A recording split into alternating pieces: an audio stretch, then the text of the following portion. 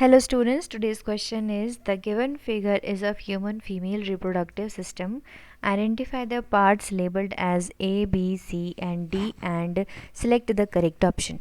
Question में बोला है कि हमें नीचे एक फिगर दिया गया है जो ह्यूमन फीमेल रिप्रोडक्टिव सिस्टम का है, जिसमें हमें लेबल किया गया है A, B, C and D, जिन्हें हमें फाइंड आउट करना है, आइडेंटिफाई करना है और करेक्ट ऑप्शन चूज़ करना है from A, B, C and D. सो पहले हम लेबल्स को आइडेंटिफाई करते हैं. सो label A is labeling to the cervix.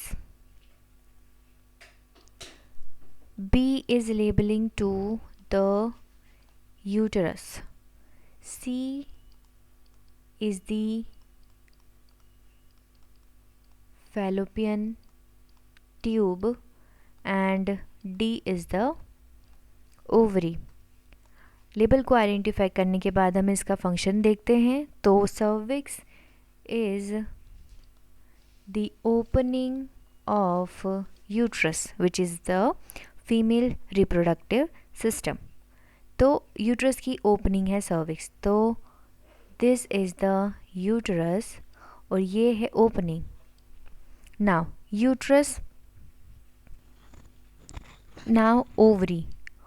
Ovary is the female gonad जो फीमेल गैमेट बनाता है, which is the ova also called oocyte.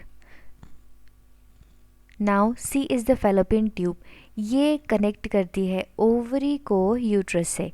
सो जब ओवरी से रिलीज़ होता है ओवा, सो उसको fallopian ट्यूब की this structure of fallopian tube is the fimbriae that collects the ova and transport it to the uterus. So fallopian tube का function है to transport the ova. अब ये जो ओवा ट्रांसपोर्ट हुआ है, इन केस अगर वो फर्टिलाइज होता है तो वो इम्प्लांट होता है in the uterus. So uterus का काम है to nourish the zygote that is formed after the fertilisation of ova with the sperm. So ये थे लेबल्स, उसको हमने आइडेंटिफाई किया और उन पार्ट्स का फंक्शन देखा. अब देखते हैं ऑप्शंस.